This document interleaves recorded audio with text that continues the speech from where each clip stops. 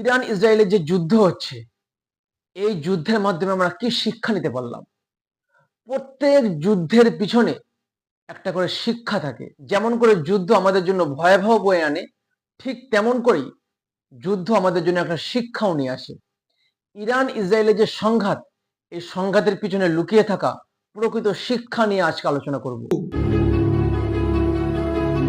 গত 50 বছরে ইরানের সফলতা হচ্ছে তারা সব কিছু নিজেরা তৈরি করে। ড্রোন থেকে শুরু করে ক্ষেপণাস্ত্র, ট্যাঙ্ক থেকে শুরু করে মিসাইল, ডিফেন্স সিস্টেম থেকে শুরু করে রেডার, সব কিছু তারা নিজেরা তৈরি করে। এই জন্য তাদের বিপদের দিনে কঠিন সিদ্ধান্ত নিতে পিছপা হতে হচ্ছে না।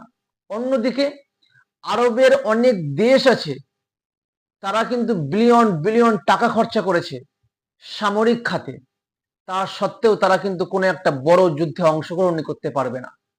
এর পিছনে একটাই কারণ, তাদের নিজেদের কোনো সিস্টেম নেই। সৌদি আরব বিশ্বের সপ্তম সামরিক খাতে সর্বোচ্চ ব্যয়কারী রাষ্ট্র, তা সত্ত্বেও তারা কঠিন সিদ্ধান্ত নিতে পারবে না, কারণ তাদের কোনো কিছু নিজের না, সবকিছু অন্যের কাছ থেকে হায়ার করা। তাদের জিপিএস সিস্টেম, তাদের টেকনোলজি সবকিছু অন্যের।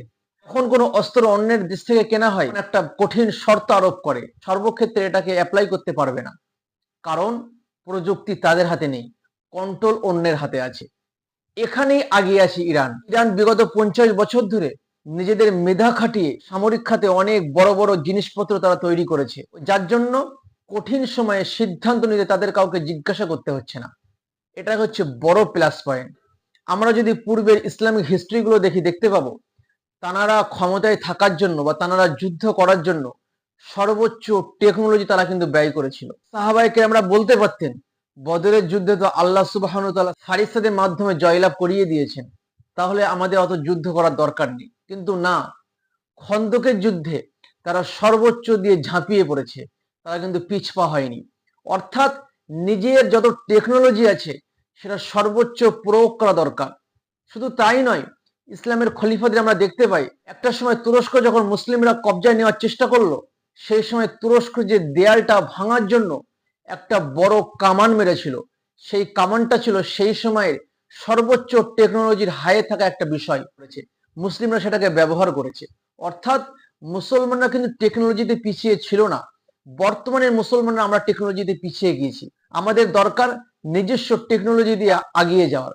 অন্যের কাছ থেকে ধার করে, অন্যের কাছ থেকে কিনে বেশি কিছু করা যায় না যদি নিজের কিছু না থাকে। এখান থেকে শিক্ষা একটাই, ইরানের মতো যদি সবকিছু আমাদের থাকে, তাহলে কিন্তু আমরাও আস্তে আস্তে সফল রাস্তার দিকে এগাতে পারবো।